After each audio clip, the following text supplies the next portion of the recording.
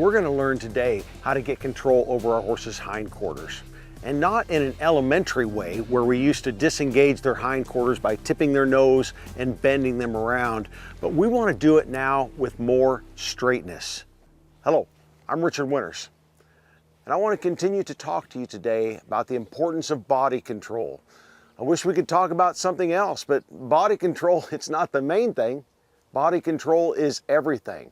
And if you're wanting to advance in your horsemanship, if you're wanting to progress, if you want more performance and athleticism, we've got to get control over our horse's body. These body control exercises are a series of building blocks, and every time we get one good, it will help us get the next one even better.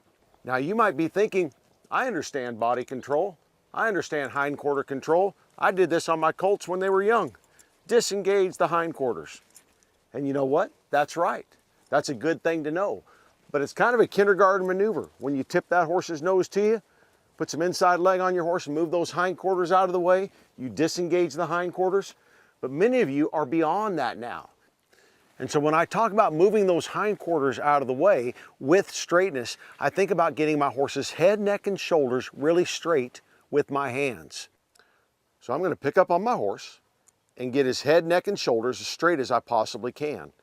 Now I'm going to open up this right side. I'm going to press with this left leg back and in, and I want to move those hindquarters around the forequarters with straightness. I don't want to see my horse's left eye right now. Envision this idea. Put your horse's front feet in a little circle. If you laid a hula hoop on the ground and put their front feet in that hula hoop, could you keep those feet there while you move the hindquarters around? Or if you had hobbles on your horse, how would his hindquarters move around his forequarters with those hobbles on? So with our hands, head, neck, and shoulders straight, with our leg back and in, we move those hindquarters around and ask them to step around. And don't get greedy at first. They don't have to go all the way around. Maybe just a step or two is what you get. Or maybe a quarter turn or a half turn, and then you build on that until they can step around very rhythmically and smooth. And again, pay attention to your horse's eye, because what eye you see at any given time is a clear indication of how your horse's body is shaped up.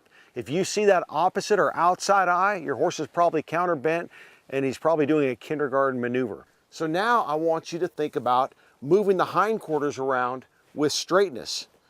So with my hands, I'm going to keep my horse's head and neck and shoulders as straight as I can.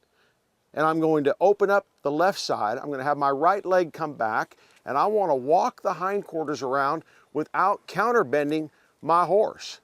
So I cannot see my horse's right eye right now like I could in that kindergarten maneuver.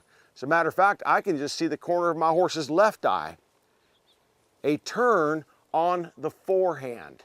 Now your horse might not be at that spot yet. You might still find that you're counterbending them a little bit to get this done, but just be heading towards more straightness all the time. Don't keep them in kindergarten forever. Get them straighter and straighter where you can separate these body parts out. When you move your leg back, the hip comes over without the whole body falling over. Now you're beginning to have body control. Now you're preparing for performance. I'm Richard Winters, and thanks for watching.